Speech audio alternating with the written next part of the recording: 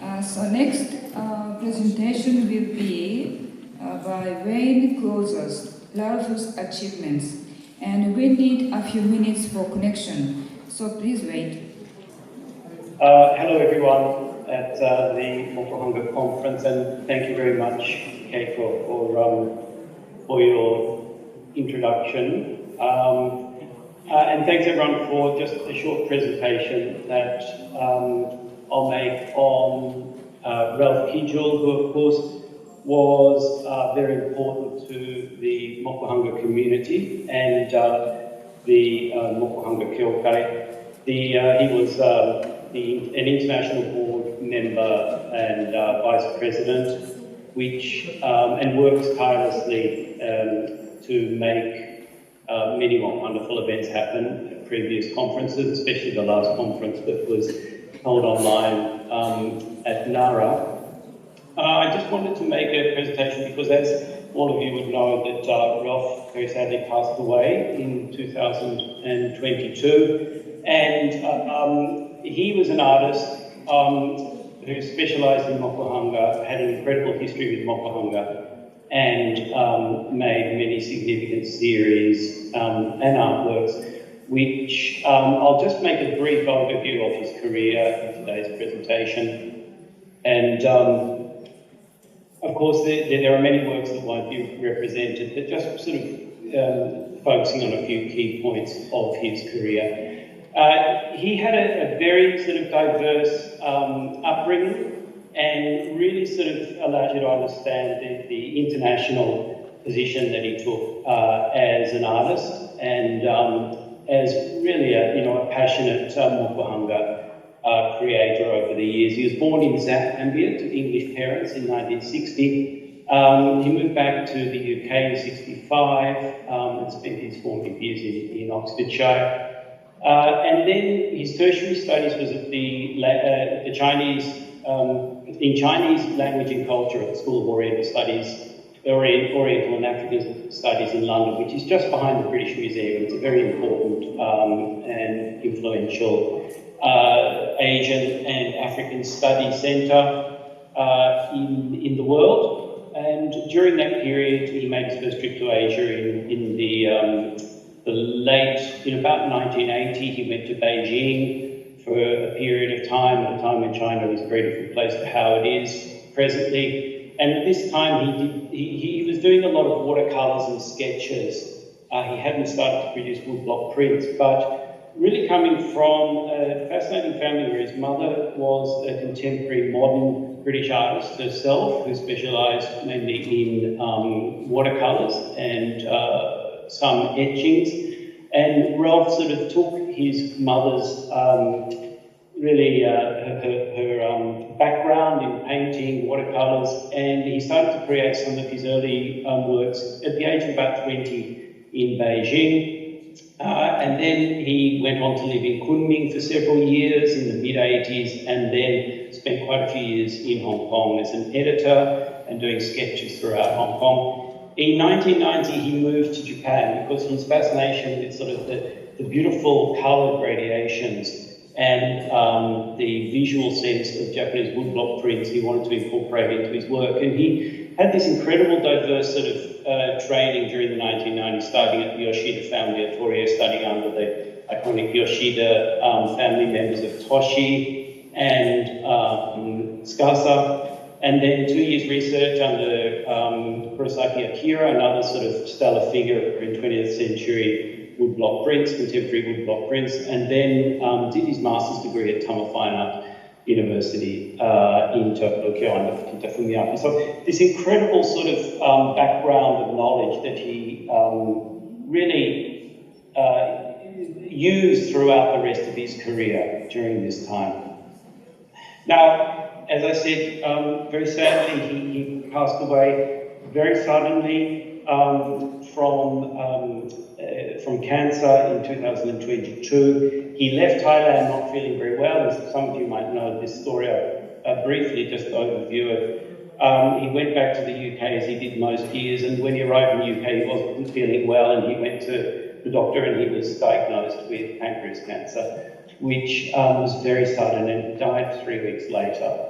And I went to his studio mid last year with his executor to really to catalogue his entire collection and do the best we could to preserve Ralph's legacy. And this was the studio when we went to it. You can see, and I'm fascinated when I look at this photograph and when I entered his studio, that it was a very average studio with lots of scrolls of paper and books and inks, but it's this workshop where all of these very sort of unassembled materials come together to create some of the most beautiful imagery. And I know all of you being artists, your studios would be very similar, but you have this sort of different materials that you manipulate and you work magic with to bring together beautiful imagery, which takes me back to 1991 when Ralph left Hong Kong and he went to Tokyo in 1990. You'll see 3 watercolour sketches there from his very early sketchbook when he arrived in Tokyo. And as I said, he started off doing watercolours before he did any woodblock prints. And see, these are some of the early sketches. But you see his fascination with buildings in this very early period, over 30 years ago, and gardens and nature and that beautiful little interior settings with the tatami mats. And then in 91, he studied at the Yoshida studio, and that's probably his first woodblock print where he was experimenting with the gradations. Quite a simple work, really, for you, all of you that know the process quite intimately now. But a trip to Tohoku where he reproduced the persimmons on a beautiful sort of autumn, under an autumn sky. The Yoshida studio led him to create the Tokyo series and move on to he did his first sort of colour separation, the bunkaiho technique of woodblock prints. And he worked, living in Tokyo, he had this great eye for sketching and beautiful sort of sense of manipulating perspectives. And he went on to create the first series of woodblock prints that some of you would be familiar, but also with this very humorous eye to social settings. Like, he wanted to do sumo wrestlers, but not just sumo wrestlers, but really show off the dimples and the pimples on their backside, instead of the place where the fundoshi rubbed against their waist and their buttocks. The women who were strolling down the street with their pushers, boy running across the road with a sign in the background saying not to run, and of course the Shinjuku peak hour train, which he reproduced. In Tokyo also, his work got larger, more complex, started to work with shadows. You see the Yotsuya schoolgirls crossing the street there of the privileged private schoolgirls, all in their uniform, who were meant to be lined up being very orderly and presentable, and yet the wind's blowing and they're all unorderly sort of walking across the street in a random fashion. This beautiful aerial perspective that he also incorporated into the Japan Kennel Club, with, again, Ralph's very bright eye for humour of all of the dogs that are meant to be pedigree dogs on best behaviour, but they're all sniffing at each other and investigating each other's personalities. From the Tokyo series, I'll just jump forward 10 years. The other great sort of city series that he produced was in Hong Kong, his second sort of favourite city in Asia, or maybe his favourite, one of his favourite cities. And in 2009, he produced this wonderful children's book with the writer Joanne O'Callaghan, and Ralph, sort of his illustrations, his woodblock prints, which these become very complex, sort of multi-block separation block prints that he produced for this children's book. You see some of the sort of nostalgic scenes of Hong Kong that are also disappearing, like the Pottinger Street steps, the Star Ferry, which of course there are several tunnels under the under Kowloon Bay now, which never existed when he was first living there. The nostalgic bus to Stanley on the other side of the island, etc. And during this period of Ralph's early sort of woodblock prints, a lot of you also, as myself, we received these beautiful zodiac animal nengajo or New Year's cards in the mail, which we cherish, whether you have one or three or several more. That were again not the conventional nengajo, but Ralph's amazing sort of view of perspective and unusual way of representing things that are quite common in our everyday life. During his time at Tamabi, at Tama Art University, he embarked on one of a series of prints on one of his favourite passions, which was swimming. And this series of swimmers in 1998, which is after he'd done the research at Kyoto State University, he went on to study do his Masters at Tama Art University. The first one, quite a large print, this a series of 5, 6 smaller prints, and you get an idea for his beautiful sort of sense of simplicity, but design and languid sort ofness, that in the way that he represented the figure, really just 3 colour blocks, and also the start of his use of the jigsaw technique, which allowed him to use one block and produce works faster, and really sort of work more with basic shapes, which goes back to his love for modernist modernist British artists of the pre- and post-war period of the 1930s through to the 1950s, and that really sort of modernist approach to presenting subject matter. This series went on. When I was in his studio last year, I came across these photographs from the Mitsubishi Bank Ginza brand installation of his huge swimmer series, which you can see these enormous sort of murals that he produced with woodblock prints, which were approximately probably 2 metres high, and then 5 to 6 metres long within this space, made up of many multiple sheets.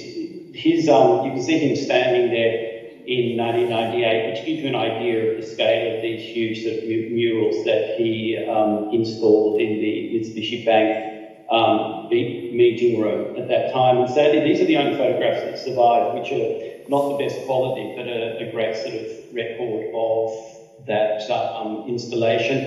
And then some 10 years after that, continuing the theme of the swimmers, he was commissioned to do a mosaic commission for the Recreation Club in Hong Kong, beside the pool, and in Xinjiang in China, he worked with a mosaic studio to produce this quite amazing sort of swimmer's mosaic. So it was the theme which continued on through several different technical recreations or iterations, which was something that Ralph loved to sort of do, not just work strictly with woodblock, where the images started, but something to work through other mediums to produce his imagery. In his late years at Tama Art University, he was working on these, again, jigsaw techniques, but abstracting, simplifying, cutting the blocks into these shapes, carving into the surface, printing on both sides, using bokashi, atena bokashi, which is just a gradation in one section, as opposed to along the top or a free-floating sort of area of bokashi or gradation. And also the abstraction of his love for gardens, which started off being quite realistic in his early drawings, but here we see it being really abstracted to shapes and feelings and impressions of gardens. And also started working on a group of landscape prints, which were not produced in editions. There are many variations using the same blocks, where he would be also applying lacquer or a varnish onto the surface that allowed these sort of mottled sort of techniques, and also not sort of really concentrating on precision and a beautiful finish. He was really trying to break away from the editioning process and the idea of perfection over multiples. He just wanted to produce one and then maybe use the same blocks to vary. You see different prints here, beautiful sort of atmospheric interpretations of landscape, where he was using cut blocks, jigsaw-shaped blocks. He was using some intaglio woodblock techniques layered on top, and of course bleeding inks, gradations, and beautiful sort of representations of emotional connections to the landscape. And this was a particularly fascinating series of works with 4 clouds in the sky that, like the Impressionists, would go back to the same location and repaint the same subjects at different times of the day and in different atmospheres, which is something that Ralph sort of loved to experiment with. As I was saying previously, the jigsaw technique, which was a huge pile of jigsaw parts in his studio, became one of Ralph's favourite techniques, and went on to produce his Colour Herbarium series that started in 2000, which was a celebration of the lushness and the beauty of the flora and fauna of Thailand. When he first arrived in Thailand, after leaving Japan, he spent a brief time in Portugal, where he initially was going to set up a studio, which really only lasted for a year, and then Asia drew him back to live in Thailand.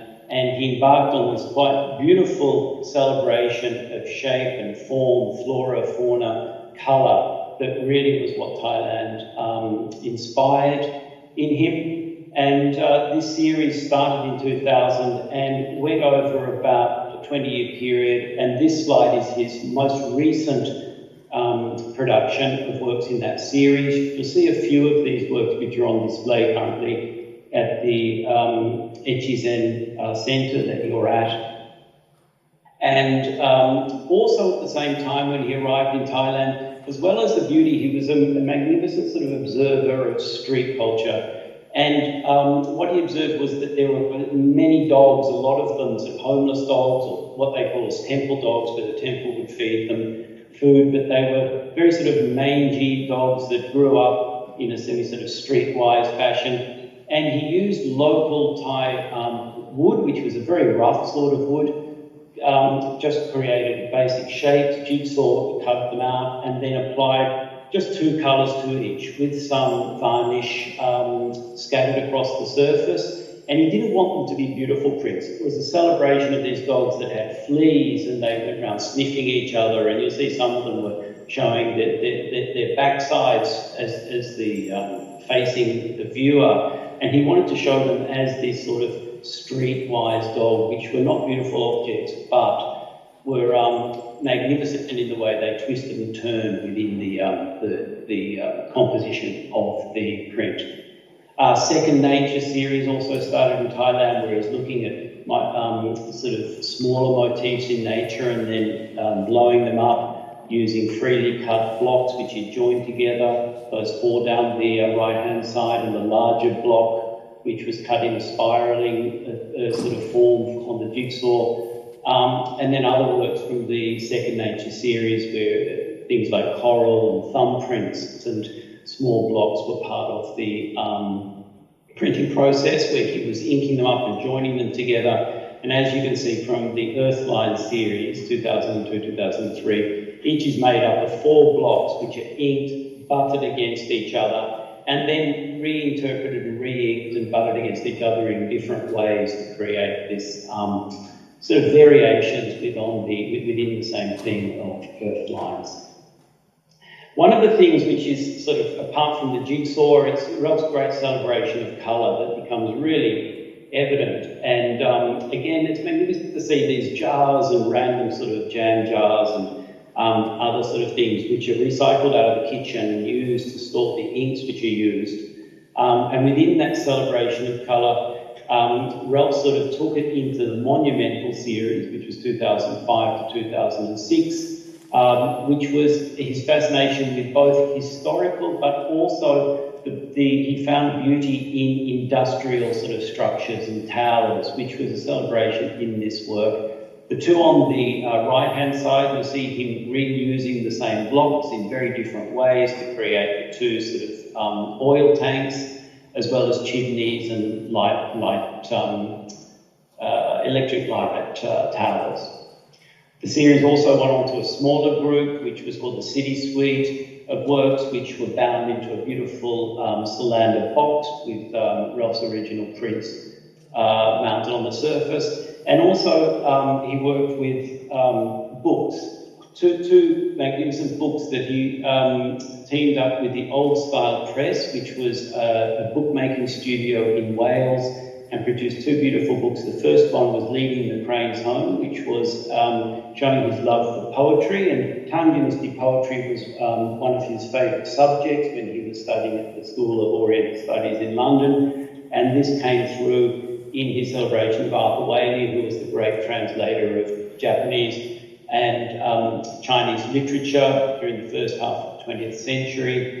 And he selected poems translated by Arthur Waley and then illustrated them in one of these beautifully bound and produced books. The second book he produced was the third book. Yes. Yes, I will brush along, Keiko. I'll finish in 3 minutes if I could.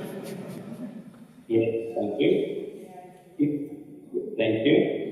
The third thing was the second book that he produced, which was his love of water. You see it beautifully illustrated. And then moving on to 2015, he produced this wonderful print of towers, which he went on to illustrate them with computer graphics in different ways, and then also incorporated these into a set of ceramic pieces, working with ceramic artisans in Thailand. Now I'll move ahead to a group of works that he did at during a residency at the Royal Papworth Hospital in Cambridge, when one of his trips back to England, which were around cells. And some of them were editions, as we see here, but others were just experimenting with the barren and a little bit of chunk of wood put under the barren to make different effects when he was barrening them, and they were all sort of one-off APL editions. And also a celebration of sacred shapes, which are things that he found in Thailand around his studio or on walks, and then he brought them into these towering sort of pagoda or tower shapes that went on to be produced in a book concertina book form. He went on in the 2014, 2015 to produce soldier prints of soldiers within Thailand, using the same blocks but in very ingenious different ways. And then also 2017, again his investigation into medical sort of shapes and under the microscope, and the inspiration that they brought about for his series in medical sort of practices. And I'm just coming to the end now with the last 4 slides, with the great piece, which is the Hunter work, which was, you will see on display, it's in one of his monumental 6-panel works, produced with jigsaw with figures collaged on top, that was inspired by a trip in about 2010 down the Salween River through the jungle, which is the river that divides Myanmar with Thailand. And then his most recent works, which were his last series of works, which were the Chimera works, which I think is a group of his finest works, and it was his last series of works produced in 2021, where he was looking at beautiful botanical shapes, as he always had done, but representing them like the physical sort of an anatomical indication of a person's lungs, their intestines, their inner organs, but they were produced into these beautiful sort of collages and compilations of jigsaw woodcut blocks that were printed in different colours and laid on each other. So there were these 4 smaller pieces, 2 large monumental, 2 sheet pieces brought together that were exhibited in Osaka just after he produced them and prior to his passing. And I will finish my presentation there, but thanks everyone for your time. And as I said, this is just a small snippet of highlights from Ralph's career. And anyone who spent time with him like I did know how special he made those moments, both with artwork, but inspirational talks, and very humorous and funny situations that anyone who was with Ralph treasures those moments very closely. Thanks very much, everyone.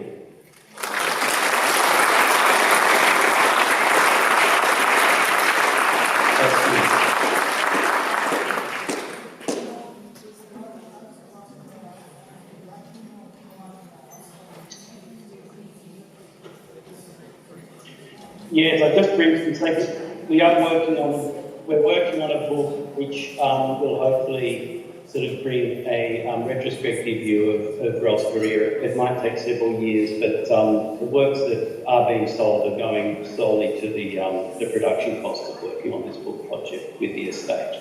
Thanks very much.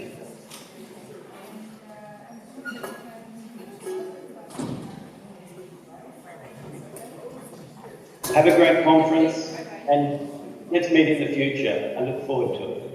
Thank you, everyone.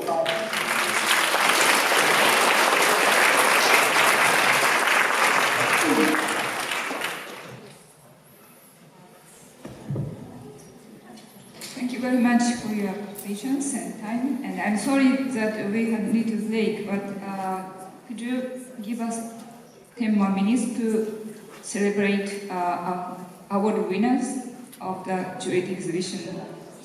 So let's start the awarding ceremony in 5 minutes. So please come to the gallery.